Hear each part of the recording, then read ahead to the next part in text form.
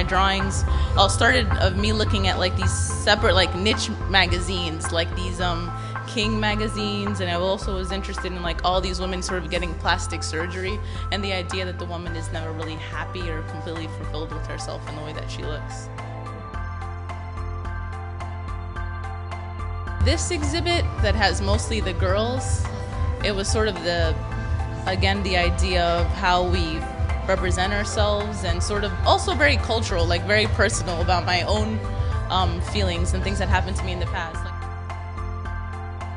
Tonight's event is our monthly Artist in Residence grand opening. And so every month we host a different artist from the community. And tonight is Ruth Rodriguez's night. So I'm the general co-coordinator for the Urban Butterflies. And I usually handle what is our programming and the that we have with young women, our summer program. And I also deal with a lot of what is our venue and the use of it by the community. I'm a member of the Urban Butterflies in Washington Heights, and it's super important for people to be involved, young people especially, because sometimes young people fail to have a voice, especially in communities like this where adults are very in charge, especially men. So the Urban Butterflies, it empowers young women and it makes us feel important and it makes us have a voice so that our future could be as bright as anybody else's. Hi, I'm here with Claudia, and we're here at Urban Butterflies. So if you could tell us a little bit about Urban Butterflies and the organization. Las Mariposas Urbanas es un proyecto de empoderamiento y desarrollo de liderazgo aquí en la comunidad de Washington Heights. Hacemos trabajo con jóvenes mujeres, particularmente con jóvenes entre las edades de 13 años y 25 años. Y mucho del trabajo que hacemos es alrededor de la organización comunitaria, utilizando el arte para desarrollar conciencia y activismo. So can you tell us why you chose the artist, Ruth? Escogimos el trabajo de Ruth, particularmente porque tiene o va muy alineado con el trabajo de empoderamiento, con el trabajo de reafirmar el poder de la mujer. Como pueden ver, son imágenes de mujeres y mucho del mensaje que tiene es un mensaje muy tradicional a lo que es la cultura dominicana. Y el nombre de las mariposas urbanas sale en honor a las hermanas Mirabal, que fueron mujeres que lucharon en contra de la dictadura de Trujillo en la República Dominicana y por eso fueron asesinadas. So what brings me here today is to check out the Urban Butterfly Space opening of Ruth Rodriguez artwork, and basically just to support the new artwork that's in the neighborhood, check out this beautiful opening and just to take it all in. I just like the fact that it just comes from a different standpoint. There's no artist out here who's really emphasizing this point of women and their struggle and their movement, whatever is going on in the time. And this is really something that you can really look at the art here and you can see this on Instagram. And you can feel like it's a real women's struggle. Like the Dominican sayings here are really part of culture as well. And I really like what's going on. I feel like it's also dealing with a lot of Dominican stereotypes that are going on around. Of course, there's an epidemic now with a lot of butt injections and whatnot. And I feel like in general, women are thought as more as a sex icon than a human being to me. So the funny story with Ruth's artwork is that I encountered it in her studio and it totally impacted me the way that, besides the colors and the mixed media and the numbers of layers and different textures that she uses, was the play on the words, right? So being able to have colors that are doctrinated as feminine, right? The baby pinks and the baby blues with super sexist songs on them in Spanish. And I thought it was a really kind of nice contrast. I thought it was an interesting take on what is like the hypersexualization of women in our society, especially just through the images, through the words, and just kind of very much in your face, like this is who I am and this is what you think of me, and so let's see how people take it. So I don't know, I thought that it was it definitely impacts me. They're very powerful images. They have a lot of layers which reflect our humanity and our womanhood. We are all layers of society, and she depicts them very with a cultural sense, and it's beautiful work. We'll be right back after this.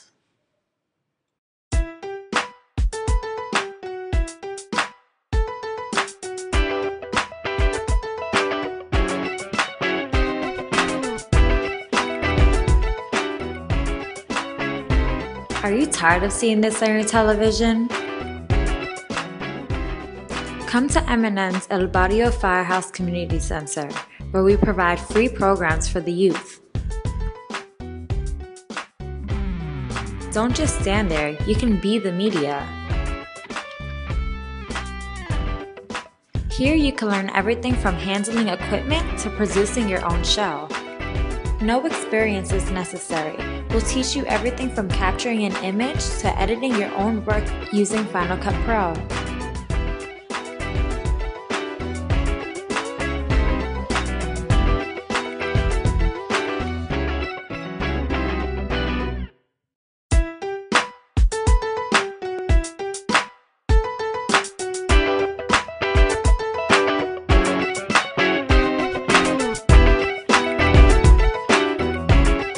This is where you want to be.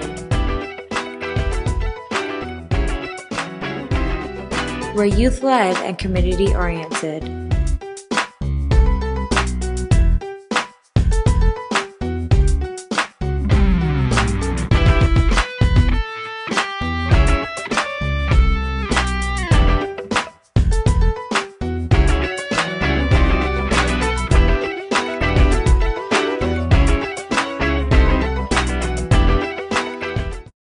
Part of the youth in this generation, and we're going to be part of the youth in this generation, who are part of putting an end to those days. Who are part of putting an end to those days. When this system and its enforcers,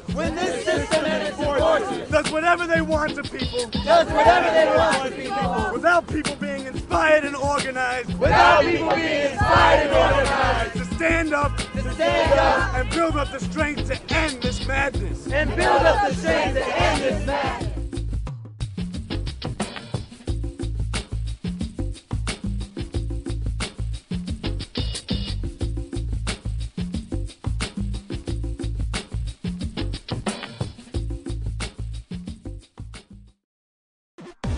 You're watching the Youth Channel. Check out our programming on M&M's Channel 4, the Culture Channel, every Monday through Friday from 4 to 5 p.m. and from 9 to 10 p.m.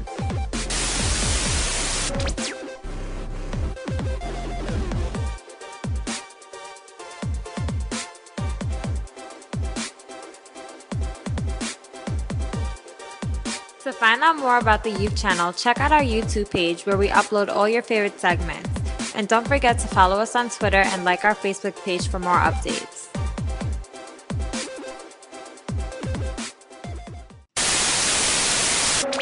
And now, back to our show. Well, I'm from New York. I'm Dominican American, so I'm Dominican. And I've been drawing since I was a kid. So ever since I was a kid, I wanted to do art, and that was pretty much it. And then I went to school, and then I kept on going to school, and I always created. It's just something that I felt I couldn't not do.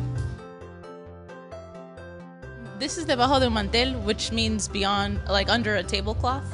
And there's a lot of reasons why I use like a lot of doilies in my work and tablecloths. And I'm interested in two things. In the idea that at one point something that was handmade is now made by a factory, and the idea of high art and low art. So at one point something that was like fancy for rich people and handmade is now something that's like mass produced in a factory in China. And this painting has a lot of things going on. It's sort of also a reference to like art history, like those old Christian paintings when they have like the priests sort of like praying. And it's still also part of this thing called self-exploitation series that I started. So this was one of like my first pieces that really launched me into just redrawing myself over and over again, kind of Frida Kahlo-ish, but not really. And that came apart from me looking at a lot of different ways that women were represented in the media, and like the way women of color were represented, Latina women, African American women were represented in magazines, and that stemmed on from there.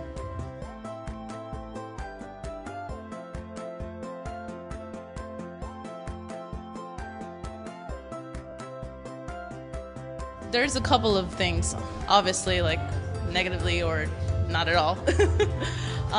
But these specific pieces and some of my drawings all started of me looking at like these separate like niche magazines, like these King magazines, and I also was interested in like all these women sort of getting plastic surgery and the idea that the woman is never really happy or completely fulfilled with herself in the way that she looks. So that sort of started it, and I was just like, why is it that we're always so uncomfortable with ourselves? We can't really appreciate who we are or how we are. In essence, it just feels like we're not represented, or if we are represented, it's very stereotypical. Sort of like more recently, you have like Sofia Vergara being represented in like Modern Family and stuff like that, and you do have Jennifer Lopez and Selena, but these women sort of embody a very interesting thing. So they embodied like something very voluptuous and very like loud or Caribbean or something like exotic. So it's the exotization of just like women of color in general, and specifically like Latina women. Well, this has been happening to black women in general forever. So this is something that's constantly going on. I have one piece that's called Smile You Might Be on Camera. And it's a drawing that I made with sazon, with acrylic paint and glitter. And it makes an allusion towards like slut shaming, especially in social medias and like Facebook and Twitter and stuff like that. What you have is that a woman puts up a provocative picture, and then everybody would just go ahead and sort of like be like, oh, you, look at you, look at you, look at you. So that sort of idea.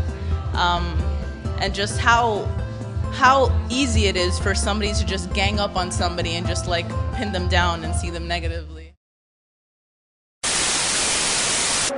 We'll be right back after this. The Youth Channel. Youth-led, community-oriented.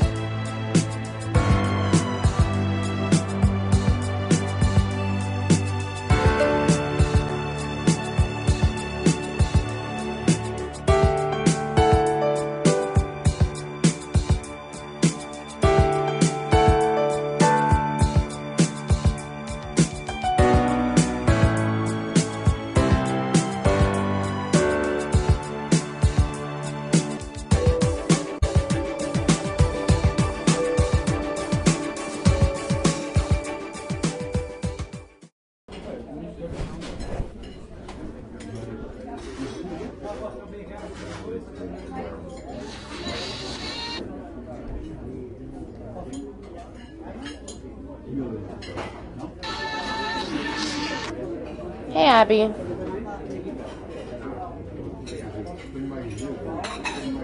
Hey, how are you? Good. So I got you some coffee, just for you.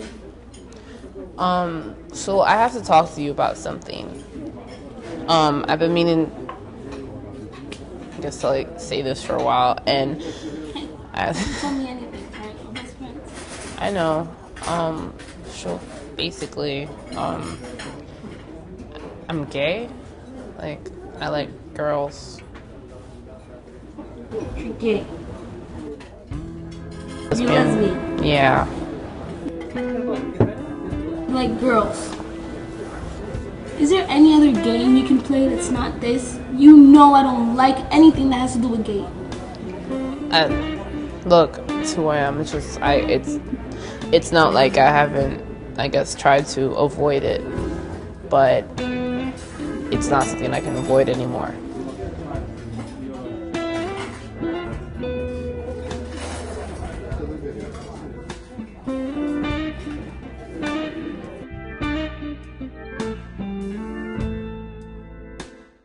I can't deal with this. I'm sorry. I can't deal with this.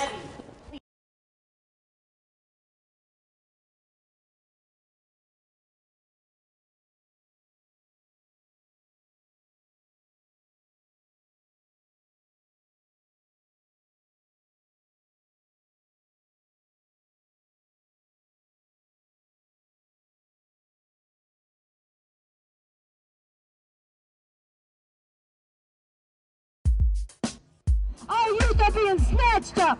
They're being gunned down by the police. They're being trapped and sent to prisons for lifetimes. Over 80,000 people are in solitary confinement, treated worse than animals.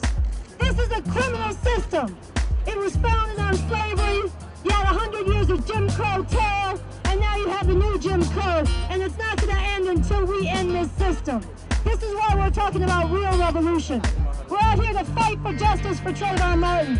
But we're also here because 30 years from now, 20 years from now, we don't want to be looking at this again.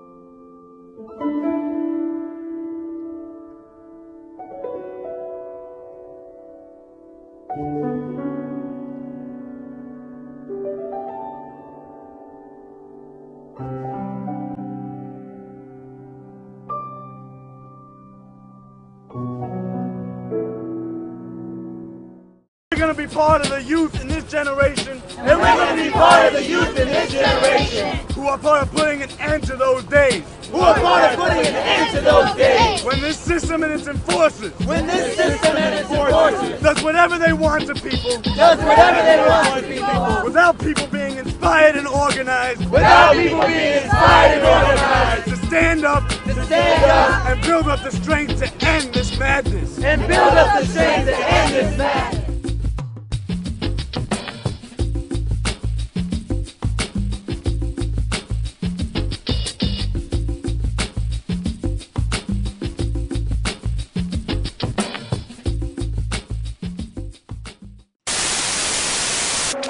And now, back to our show.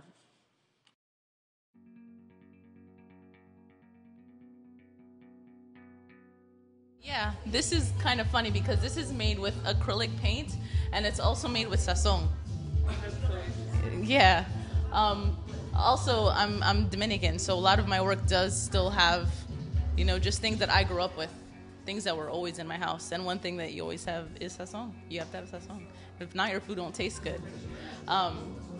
So that one definitely has it. That's just adding the extra spice. But again, it's ironic. So it's both like, oh, I'm putting in an extra spice to make this a little bit more funky, but it's also, that's kind of what people are made to seem, like you are spicy or funky, you know.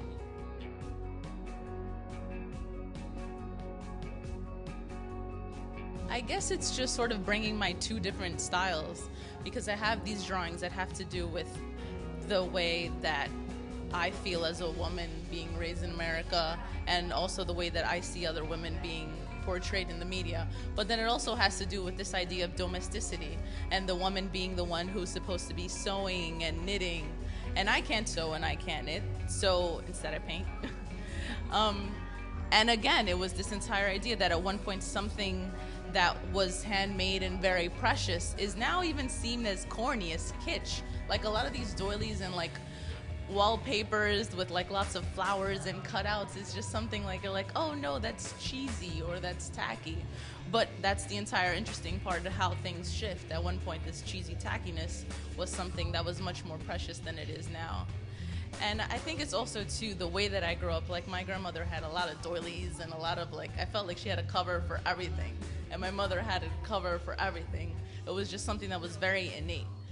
And specifically what I thought about was that whenever something would get messed up, it would be like, oh no, we could use this. We can just decorate it and make it prettier, and then we could just keep it. And I'm like, really?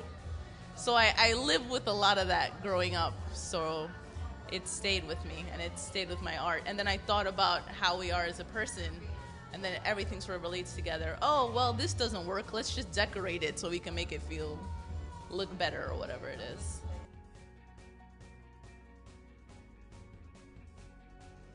Well, the message is definitely that art is for everyone. I think that's what I really want to do. Especially that's why I'm here specifically in like Washington Heights, in like a community space, you know, where people from my own community can come and look at my own work. I feel like a lot of times we have this very separate idea of like what is fine art, what is low art, what is graffiti, and all these things are intertwined. And then what ends up happening is that you have people that are like, oh, no, yo no entiendo eso. Oh, I don't understand that because I don't understand art or something. Like you need some sort of doctorate or a PhD to be able to appreciate something. And I don't want it to be like that. So I try to make my work somewhat relatable, or something that's a conversational piece. Or maybe if you don't necessarily like understand the decorations, or you're like, why are you using this or why are you doing this, I'll put in text, and the text brings forth a conversation piece. But the main thing is that art needs to be for everyone. It doesn't have to be shelled away.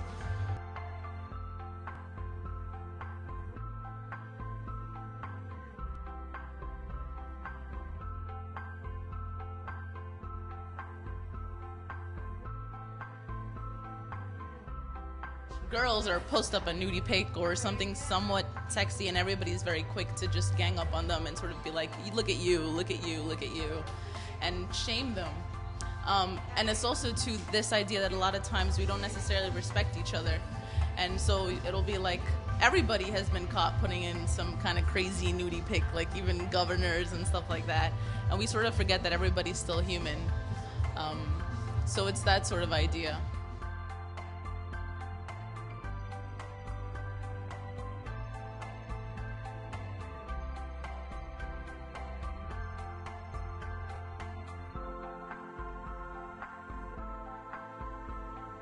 If a young person comes in here, hopefully it changes their mindset and they start going a different direction where they're heading towards now. How can our audience support the message that you're trying to send through your art? Make art, no. Well, I mean, I think it's just to think twice before you walk by a painting or you see other people that are making art. Just to think twice about it, and to really have that idea that it's something that's supposed to be for everyone. And you can have an opinion. You can go to the Met Museum and you can it's like practically free. You can give a penny every day and you can see what it is that they're saying, and you're allowed to have one. If you're like, what are these like skinny, weird looking people? You know, you can have an opinion. It's supposed to be for everyone. So do you have any last words you want to say to the youth channel? I guess just to, take some time and just like try to appreciate whatever's around you, and also appreciate yourselves. And before you judge something really quickly, just sort of step back and think about it. Think about it historically, think about it physically, and put yourself in somebody else's shoes.